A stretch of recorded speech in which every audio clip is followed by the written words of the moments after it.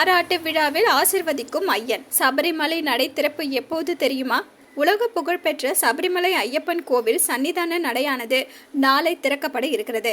பங்குனி ஆராட்டு திருவிழாவை முன்னிட்டு ஏப்ரல் 2ஆம் தேதி கொடியேற்றம் நடைபெற உள்ளது. தொடர்ந்து சித்திரை விஷு பண்டிகையும் வருவதால் கோவில் நடை தொடர்ந்து 18 நாட்கள் திறந்திருக்கும் என திருவிதாங்கூர் தேவசம் போர்டு அறிவித்துள்ளது. உலக புகழ்பெற்ற சபரிமலை ஐயப்பன் கோவிலில் மண்டல பூஜை மற்றும் மகர விளக்கு பூஜை கார்த்திகை மார்கழி மாதங்களில் நடைபெறுகிறது. கடந்த நவம்பர் மாதம் 16ஆம் தேதி மண்டல பூஜை தொடங்கி நிறைவடைந்தது. இதையடுத்து டிசம்பர் 30ஆம் தேதி மீண்டும் நடை திறக்கப்பட்டு மகர விளக்கு பூஜை நடைபெற்றது. சபரிமலையில் மண்டல பூஜை, மகர விளக்கு பூஜை மட்டுமல்லாது மாசி மாத பூஜை, பங்குனி ஆராட்டு விழா, சித்திரை விஷு உள்ளிட்ட முக்கிய நாட்களிலும் நடை திறக்கப்படுவது வழக்கம்.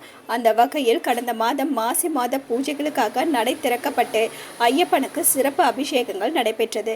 தொடர்ந்து நடை அடைக்கப்பட்ட நிலையில நாளை பங்குனி ஆராட்டு திருவிழாவை முன்னிட்டு சபரிமலை நடை திறக்கப்படுகிறது. ஏப்ரல் 2ஆம் தேதி பங்குனி ஆராட்டு விழாவிற்கு கொடியேற்றம் நடைபெற இருக்கும் நிலையில நாளை கோவில் நடை திறக்கப்பட உள்ளது. தொடர்ந்து அதிகாலை 5 மணிக்கு கோவில் நடை திறக்கப்பட்டு கணபதி ஹோமம், நெய் அபிஷேகம், உஷ பூஜை ஆகிய பூஜைகள் நடைபெறுகிறது. தொடர்ந்து 2ஆம் தேதி கொடியேற்றம் நடைபெற்றதும் இரவில் ஹரிவராசனம் பாடி நடை அடைக்கப்படுகிறது. தொடர்ந்து சில நாட்களில் சித்திரை விஷு பண்டிகையும் வருவதால் கோவில் நடை தொடர்ந்து 18 நாட்கள் திறந்திருக்கும் என அறிவிக்கப்பட்டுள்ளது.